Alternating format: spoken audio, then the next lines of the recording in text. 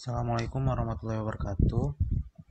Eh, Perkenalkan, kami dari kelompok 1 ingin mempresentasikan eh, bab tentang genetika pada mata kuliah Biomedik 2. Sebelumnya, saya akan memperkenalkan anggota kelompok saya. Yang pertama ada Alfaka Ramadan, yang kedua ada Anggita Margareta, yang ketiga ada saya sendiri Zakwan Hamzah, yang keempat ada Siti Nurjana Putri, yang kelima ada Mbak Yosepin Nikomang Vera. Selanjutnya struktur sel akan disampaikan oleh teman saya. Oke, di sini ada struktur sel. Eh, ini di foto ini inti sel itu berada di tengah. Nah, inti sel atau yang disebut dengan nukleus adalah bagian dari sel yang menampung materi genetik seperti DNA dan RNA. Bagian-bagian nukleus terdiri dari membran inti, nukleoplasma, nukleolus, dan kromosom. Nah, eh, inti sel ini nggak selalu berada di tengah. Ini juga bisa berada di tepian. Selanjutnya dijelaskan oleh rekan saya.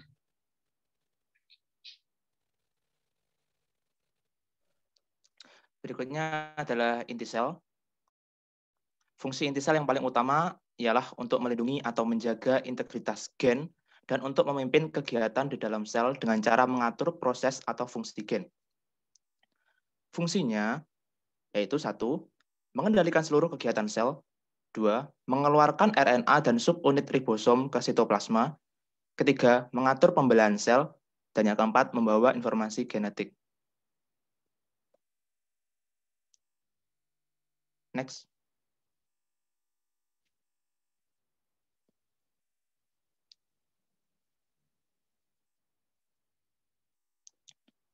Bagian-bagian dari inti sel. Yang pertama adalah selaput inti. Nah, selaput inti merupakan bagian terluar dari inti sel. Fungsinya apa? Yaitu mengadakan pertukaran zat dengan sitoplasma. Melalui membran sel inilah, nukleus dapat mengeluarkan berbagai macam RNA dan subunit ribosom ke sitoplasma. Yang berikutnya adalah anak inti, atau yang biasa dikenal nukleolus. Struktur nukleolus disebut juga butir inti.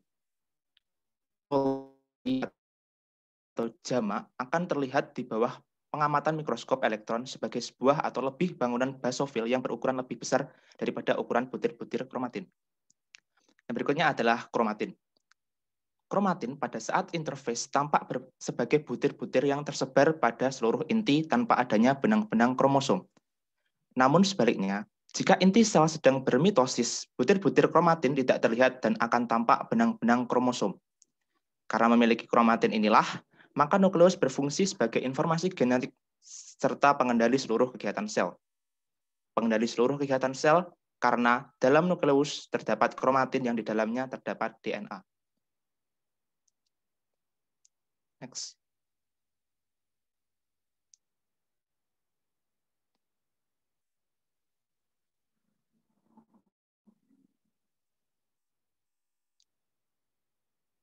Selanjutnya ada nukleoplasma.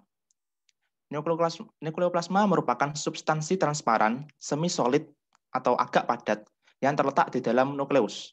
Komposisi tersusun dari asam,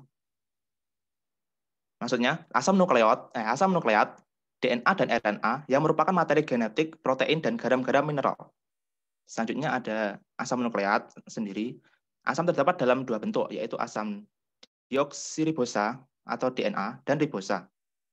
Biasanya dalam nukleus, kedua asam nukleat ini bergabung dengan protein yang disebut nukleoprotein. Selanjutnya ada DNA. Molekul DNA dikenal sebagai materi genetik yang menyimpan semua informasi penting tentang segala aktivitas sel yang harus dilakukan dalam sebuah kehidupan.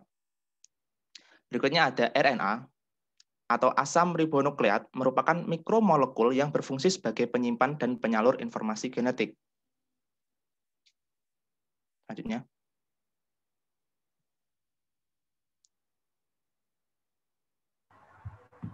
Selanjutnya di sini ada kromosom. Kromosom adalah struktur nukleoprotein yang membawa informasi genetik. Struktur ini terletak di dalam inti sel dan berkumpul membentuk genom. Pada organisme terdapat dua macam kromosom, yaitu kromosom seks yang menentukan jenis kelamin atau gonosom, dan kromosom tubuh yang tidak menentukan jenis kelamin atau autosom. Kromosom memiliki dua fungsi utama, yakni untuk memastikan DNA terpisah dalam porsi yang sama pada setiap pembelahan sel dan juga untuk menjaga integritas dan ketepatan replikasi genom pada setiap siklus sel. Selanjutnya, struktur kromosom sendiri tersusun atas beberapa bagian, diantaranya ada sentromer atau kinetokor, yaitu penghubung antara kromonema yang satu dengan yang lainnya. Fungsinya sebagai tempat melekatnya benang spindle saat pembelahan inti dan berperan untuk mengatur pergerakan kromosom selama pembelahan. Lalu ada kromonema, yaitu pita berbentuk spiral, tempat melekatnya kromiol dan kromomer. Lalu ada kromomer atau granula besar, yang berbentuk manik-manik atau granula yang merupakan akumulasi materi kromatin atau benang-benang halus. Selanjutnya ada kromiol atau granula kecil. Kromiol adalah kromosom yang mengalami sedikit penebalan. Lalu ada kromonema, yaitu bagian kromatid yang mengalami penebalan berupa bahan nukleoprotein yang mengendap, memiliki ruang-ruang berisi gen yang disebut lokus. Lalu selanjutnya ada telomer, yaitu bagian berisi DNA pada ujung kromosom, memiliki fungsi untuk menjaga stabilitas ujung kromosom agar DNA-nya tidak terurai. Selanjutnya ada matriks, yaitu berupa cairan sitoplasma atau endoplasma yang agak memadat menjadi selubung pembungkus kromatid atau kromosom. Dan ada satelit, yaitu bagian tambahan yang terdapat pada ujung kromosom, dan tiap kromosom belum tentu memilikinya.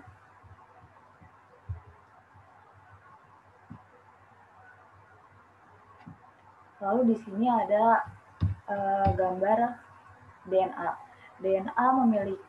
DNA merupakan sebuah polimer yang memiliki beberapa satuan berulang atau nukleotida. Dalam tiap nukleotida tersebut memiliki 3 komponen, yaitu gugus fosfat, gula deoksiribosa, dan basa nitrogen. Gugus fosfat berperan sebagai agen buffer, lalu gula deoksiribosa mempunyai 5 karbon gula ribosa yang kehilangan 1 atom oksigen. Gula tersebut melekat pada fosfat dan 1 dari basa nitrogen. Lalu basa nitrogen sendiri adalah molekul organik dengan atom nitrogen yang memiliki sifat kimiawi basa. Terdiri dari golongan purin, yaitu adenin dan guanin, serta golongan pirimidin, yaitu sitosin dan timin.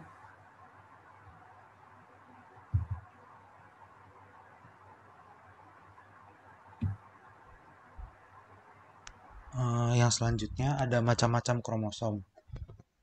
Macam-macam kromosom ini ada 4. Ini menurut bentuknya. Yang pertama ada telosentrik. Telosentrik adalah tipe kromosom dengan sentrosom tepat berada di ujung lengan Ki kromosom. Lengan Ki itu yang ini. Hal ini berarti kromosom telosentrik hanya memiliki satu lengan saja. Dilansir dari Genetic Education, manusia tidak memiliki kromosom telosentrik. Kromosom ini dimiliki oleh tikus rumah. Selanjutnya ada aksosentrik. Aksosentrik adalah tipe kromosom dengan sentrosom yang berada sangat dekat dengan lengan P kromonema. Hal ini berarti lengan kromonema akan lebih panjang dibanding lengan P-nya. Yang selanjutnya, yang ketiga, ada submetasentrik. Submetasentrik adalah tipe kromosom dengan sentrosom yang berada lebih dekat dengan salah satu lengan. Hal ini terlihat pada gambar di mana salah satu lengan kromosom sedikit lebih panjang dibanding lengan satunya. Yang terakhir, ada metasentrik. Dilansir dari Genetic Education, metasentrik adalah tipe kromosom yang memiliki sentrosom tepat di tengah kedua lengan kromonema. Sentrosom yang di tengah membuat kedua lengan kromonema sama panjang dan membentuk huruf V. Selanjutnya, ada kromosom berdasarkan fungsinya. dibagi menjadi dua, yaitu autosom atau kromosom tubuh dan gonosom, yaitu kromosom kelamin atau kromosom seks. Autosom atau kromosom tubuh adalah kromosom yang mengendalikan sifat-sifat tubuh, seperti warna mata, warna kulit, atau tinggi badan. Autosom tidak berperan dalam menentukan jenis kelamin. Yang selanjutnya ada gonosom atau kromosom seks yang bisa juga disebut kromosom kelamin. Gonosom atau kromosom kelamin adalah kromosom yang menentukan jenis kelamin yang terdiri dari X dan Y. Kromosom X berbentuk lurus, sedangkan kromosom Y berbentuk bengkok pada ujungnya. Jenis kelamin perempuan ditandai dengan adanya kromosom XX, X besar, X besar. Untuk jenis kelamin laki-laki ditandai dengan adanya kromosom XY, seperti yang tertera pada gambar.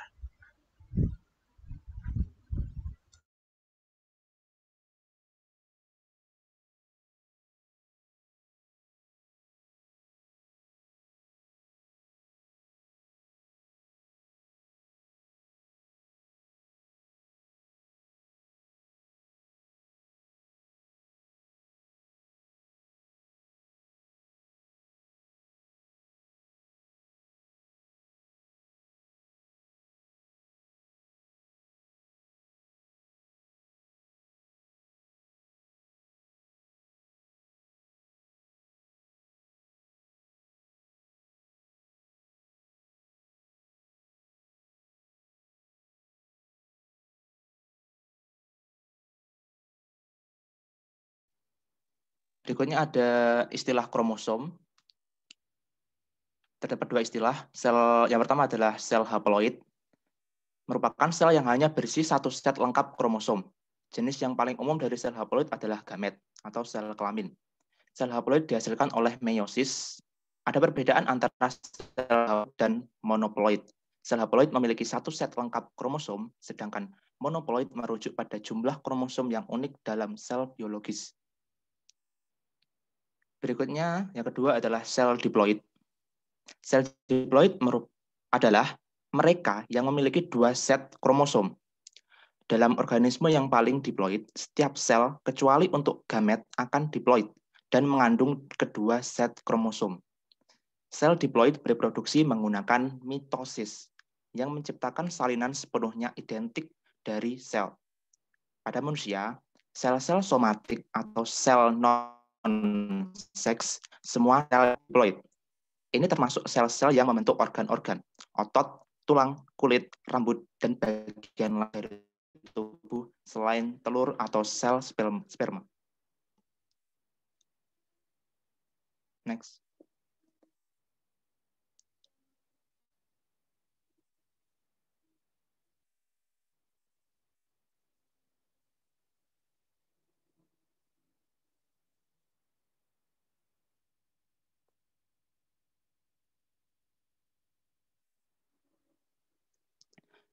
Selanjutnya adalah perbedaan sel haploid dan sel diploid. Perbedaan utama antara sel-sel haploid dan diploid adalah jumlah set kromosom yang ditemukan di inti sel. Dalam organisme diploid seperti manusia, sel-sel haploid hanya digunakan untuk sel kelamin untuk reproduksi, sedangkan sisanya dari sel-sel yang diploid. Perbedaan lain antara sel-sel haploid dan diploid adalah bagaimana mereka berkembang biak. Sel haploid direproduksi menggunakan meiosis, sementara sel-sel diploid melalui mitosis. Kebanyakan mamalia adalah organisme diploid, dan sel-sel somatik mereka biasanya akan diploid, dan sel gamet mereka akan haploid. Lanjutnya.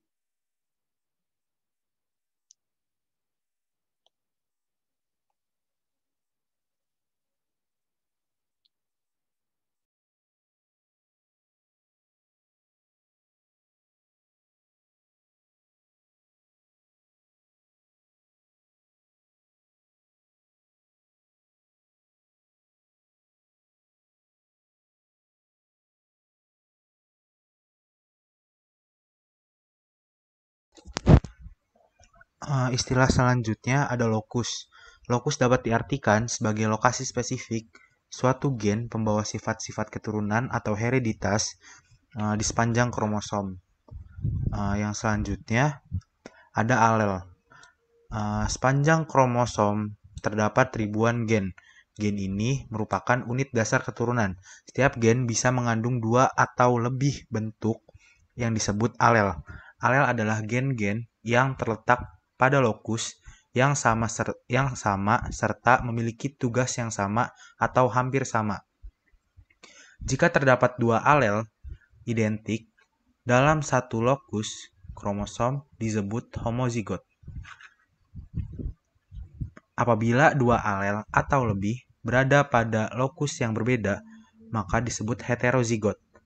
Pada individu homozigot, pasangan kedua alel mempunyai simbol-simbol yang sama, seperti B besar B besar atau M besar M besar. Genotip heterozigot, pasangan kedua alel mempunyai simbol yang tidak sama, misalnya B besar B kecil atau M besar M kecil. Pada homozigositas, organisme memiliki alel-alel identik yang dikode untuk sifat-sifat yang sama. Apabila organisme ini dapat dikawinkan secara murni untuk sifat-sifat tersebut, maka gamet yang dihasilkan dari meiosis mengandung informasi identik untuk sifat tersebut.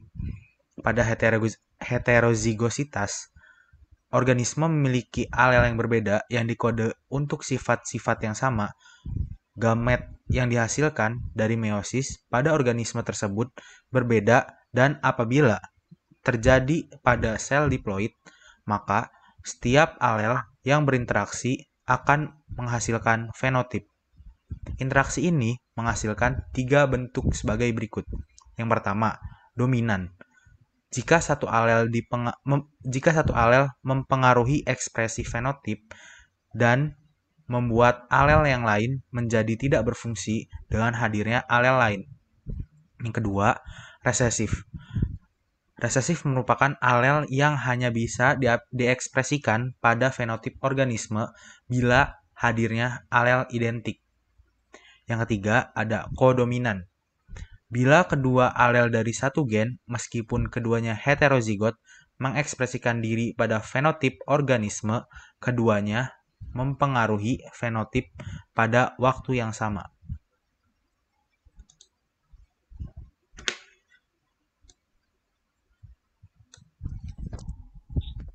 Baik, untuk yang selanjutnya yaitu gen. Nah, gen ini adalah pembawa sifat. Jadi, gen ini adalah unit yang mengatur sifat pada makhluk hidup. Gen ini terletak di lokus. Gen ini dibagi menjadi 2, ada gen dominan dan juga ada gen resesif. Untuk gen dominan ini adalah gen yang umumnya ini mendominasi hampir secara keseluruhan. Biasanya untuk gen dominan ini dilambangkan dengan huruf besar. Contohnya A besar, B besar, C besar, dan juga D besar. Lalu untuk gen yang resesif. Gen resesif ini adalah gen yang tidak terlalu dominan atau bisa disebut dengan gen yang lemah. Biasanya dilambangkan dengan huruf kecil. Contohnya yaitu A kecil, B kecil, C kecil, dan D kecil. Untuk istilah gen yang selanjutnya ini ada genotip. Genotip ini adalah sifat menurun yang tidak nampak dari luar. Contohnya itu seperti sifat atau karakter yang diturunkan dari indukannya ke keturunannya. Nah, genotip ini dibagi menjadi 2. Ada homozigot dan juga ada heterozigot. Untuk yang homozigot ini, homozigot adalah susunan gen yang sama. Contohnya A besar dengan A besar, B besar dengan B besar, terus A kecil dengan A kecil, dan juga B kecil dengan B kecil. Untuk heterozigot, ini adalah susunan gen yang berbeda. Contohnya A besar dengan A kecil atau B besar dengan B kecil. Lalu istilah gen yang selanjutnya yaitu fenotip. Fenotip ini adalah sifat yang tampak atau terlihat atau sifat yang mudah diamati. Contohnya kulitnya berwarna putih, kulitnya berwarna hitam, badannya tinggi atau badannya pendek, terus rambutnya lurus atau rambutnya keriting.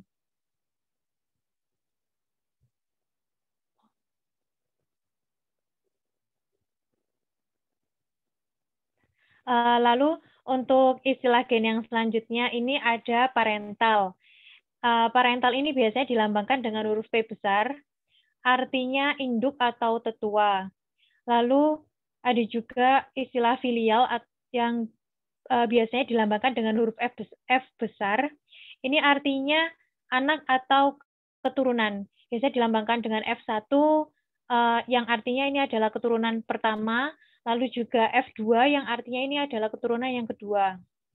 Istilah gen yang selanjutnya yaitu gamet. Gamet adalah sel untuk pembuahan atau fertilisasi. Ada dua macam gamet. Yang pertama itu ada gamet ovum, ini untuk sel betina, lalu juga ada gamet spermatozoa, ini untuk sel jantan. Next. Ini selanjutnya adalah perbedaan antara DNA dengan RNA. Next.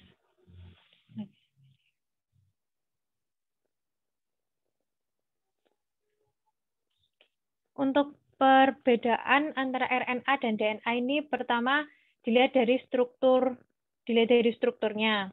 Untuk struktur dari DNA atau asam deoksiribonukleat, ini strukturnya itu double helix atau disebut dengan untai ganda. Lalu juga strukturnya ini berpasangan. Ini berbeda dengan RNA atau yang sering disebut dengan asam ribonukleat. Kalau untuk RNA ini strukturnya single strand atau untai tunggal. Jadi strukturnya ini tidak berpasangan. Lalu untuk yang selanjutnya yaitu panjang struktur DNA dan RNA. Kalau untuk panjang struktur DNA itu memiliki rantai panjang, sedangkan RNA memiliki rantai pendek. Untuk fungsi utamanya, kalau yang DNA ini, fungsi utamanya itu sebenarnya sebagai penyimpan dan pembawa informasi genetik dalam jangka panjang. Karena sifat DNA sendiri ini pembawa sifat. Jadi seperti sejak kita lahir sampai besar, sifat kita ini dibawa oleh DNA yang kemudian akan menyusun gen-gen kita masing-masing.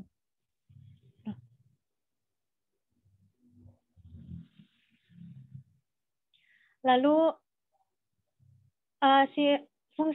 fungsi DNA yang kedua yaitu untuk mengatur proses sintesis protein. Lalu untuk yang RNA ini, fungsi utamanya sebagai pelaksana sintesis protein. Untuk komponen perbedaan yang keempat yaitu pada basa nitrogennya. Kalau pada DNA itu basa nitrogennya itu ada adenin, guanin, timin, dan juga sitosin. Kalau adenin ini termasuk dalam kelompok basa purin, dan guanin juga termasuk dalam kelompok basa purin. Sedangkan timin dan sitosin ini termasuk dalam kelompok basa pirimidin. Perbedaannya dengan RNA ini dapat dilihat dari kalau pada RNA itu basa nitrogennya itu ada urasil. Jadi untuk kelompok basa purinnya pada RNA itu adenin dan guanin. Ini sama dengan DNA. Yang membedakan yaitu pada kelompok basa pirimidin, kalau pada RNA ini yaitu urasil dan sitosin. Untuk komponen yang selanjutnya yaitu pasangan basa nitrogennya. Untuk pasangan basa nitrogen pada DNA ini, adenin pasti berpasangan dengan timin. Dan guanin ini pasti berpasangan dengan sitosin. Jadi ini sudah paten untuk pasangannya. Lalu kalau untuk RNA ini pasangan basa nitrogennya itu adenin berpasangan dengan urasil dan guanin berpasangan dengan sitosin. Untuk komponen perbedaan yang selanjutnya yaitu dapat dilihat dari komponen gula. Kalau pada DNA komponen gulanya ini gula deoksiribosa. Sedangkan pada komponen RNA, komponen gulanya ini gula ribosa. Lalu kalau untuk komponen perbedaan yang selanjutnya, yaitu dapat dilihat dari letak DNA dan RNA. Kalau letak DNA ini terletak di inti sel atau nukleus, dan juga terletak di kloroplas dan mitokondria. Pada mitokondria dan kloroplas ini adalah dua organel yang memiliki DNA-nya sendiri. Sedangkan letak RNA ini terletak di nukleus dan pada ribosom dan juga sitoplasma. Karena pada ribosom dan sitoplasma ini nantinya sebagai tempat untuk sintesis protein. Lalu untuk kadarnya, kalau pada DNA ini kadarnya tetap karena fungsi utama DNA ini adalah pembawa sifat dalam jangka panjang, sehingga kadarnya ini ya tetap tidak berubah-ubah. Sedangkan RNA ini kadarnya itu berubah-ubah disesuaikan dengan kebutuhan sintesis proteinnya. Oke, next.